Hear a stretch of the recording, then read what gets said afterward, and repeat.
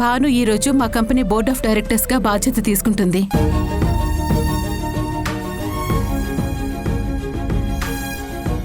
దానికి సంబంధించినటువంటి పేపర్స్ మీద ఇప్పుడు సైన్ చేయబోతుంది. ఈ శుభ సందర్భంగా మీరుంటే బాగుంటుంది. పదండి. సరేనమ్మా, రండి. మూర్తి, ఆ పేపర్స్ రెడీ చేసావా? చేశాను మేడం. భాను ఏ సంస్థలోనైనా బాధ్యతలు తీసుకుంది అంటే తప్పకుండా ఆ సంస్థ నెంబర్ 1 స్థానంలోనే ఉంటుంది.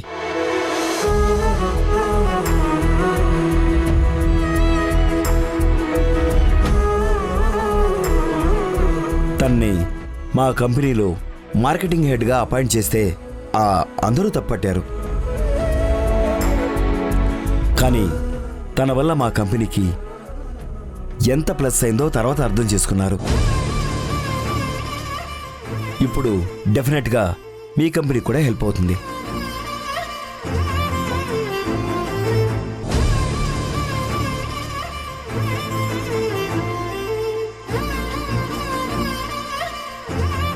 భాను,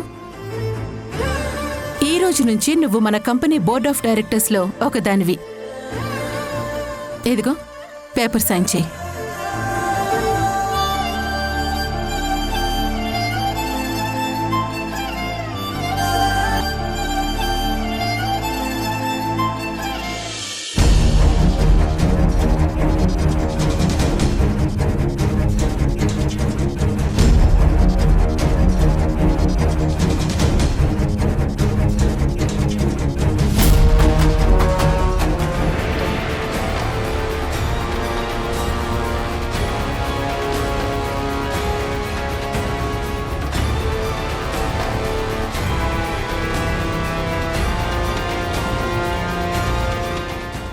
ఆలోచిస్తున్నావేంటి భాను? సైన్ చేయి. ఇది నువ్వు సాధిస్తున్న గొప్ప విజయం. అమ్మ కోరి నీకు అందిస్తున్న గొప్ప పదవి. ఈ కంపెనీలో బోర్డ్ ఆఫ్ డైరెక్టర్ అవ్వడం అంటే మాటలు కాదు. అది నువ్వు కోరుకోకుండానే నీ దగ్గరకు వచ్చింది. సంతకం పెట్టు.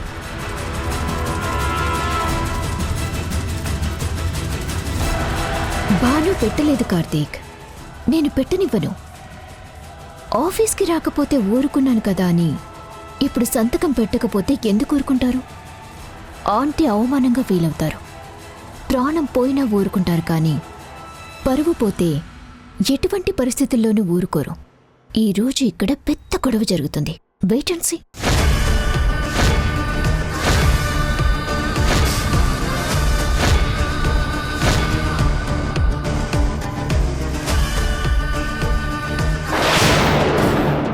అయ్యో భాను,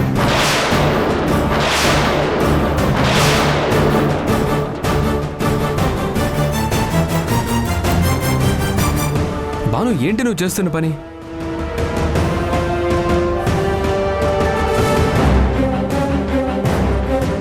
అదేంటమ్మా, మేమందరం నిన్ను ఆ స్థానంలో కూర్చోబెడదామని అనుకుంటే సంతకం పెట్టవలసిన పేపర్స్ మీద అలా ఇంటు కొట్టావేంటి?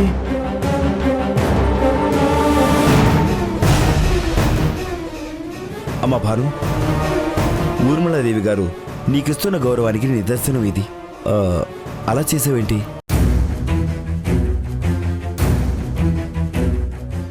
అలాంటి పేపర్స్ మీద నువ్విలా ఇంటు కొట్టడం అంటే ఆంటీని అవమానించడమే కదా భాను.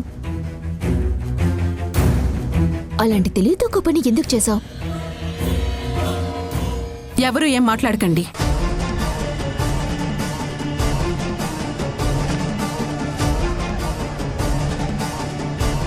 భాను, నీకేమైనా ఇబ్బందిగా ఉందా?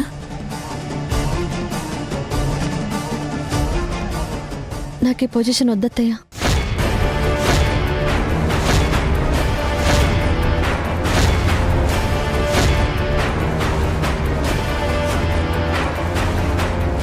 ఏమైంది భాను? మీ అభిమానాన్ని కాదంటున్నందుకు నన్ను క్షమించండి. అసలు నీ మనసులో ఏముందో చెప్పు భాను. చెప్తానండి. నా మనసులో ఉన్న బాధ మొత్తం ఇప్పుడే చెప్పేస్తాను.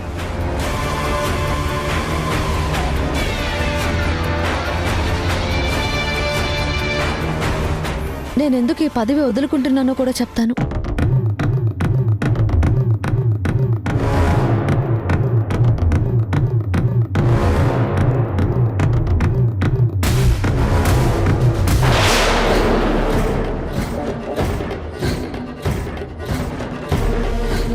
నేను చదివింది కేవలం ఒక డిగ్రీ.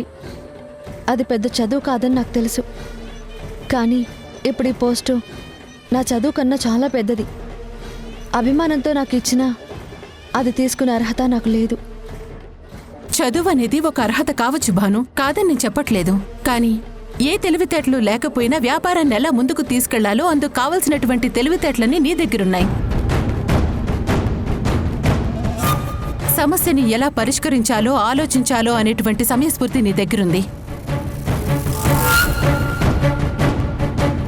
ఆ అర్హత చాలు నువ్వు ఆ కుర్చీలో కూర్చోడానికి.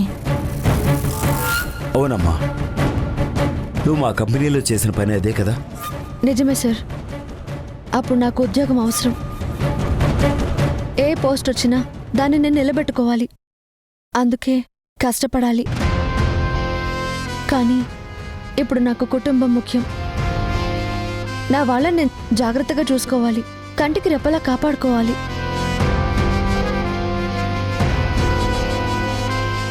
రెండింటినీ నువ్వు మేనేజ్ చేయగలవని అమ్మకి తెలీదా?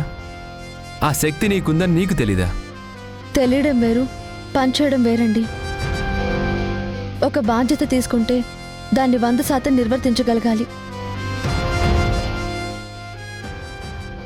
2 పడవల మీద ప్రయాణం ఎప్పటికీ మంచిది కాదు.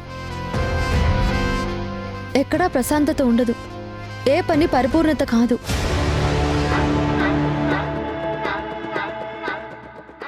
అందుకే నాకు ఈ సంస్థలో ఈ హోదా కన్నా ఊర్మిళాదేవి గారి కోడలుగా ఉండటమే నాకు ఇష్టం. మీ అందరినీ కంటికి రెప్పలా కాపాడుకోవడం ఇష్టం. మీ అందరికీ సేవలు చేయడమే ఇష్టం. అదే నాకు నిజమైన ఆనందాన్ని ఇస్తుంది.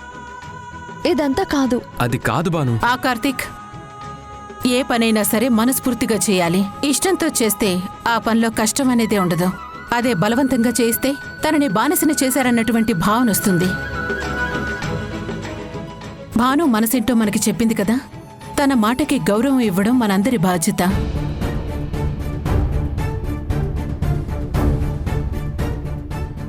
భాను, అందరూ పదవుల కోసం పాకులాడతారు. కానీ నువ్వు నీ కుటుంబం కోసం, మా కోసం ఆలోచిస్తున్నావు. ఇలాంటి కోడలు మాకు దొరకడం నిజంగా మా అదృష్టం. నీ ఇష్టానికి విలువుంది. నీకిష్టం లేనిది ఏదీ జరగదు.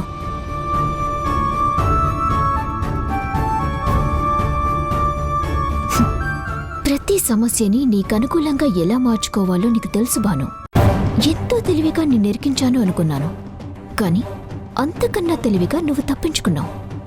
చూస్తాను, నీ అంత చూస్తాను.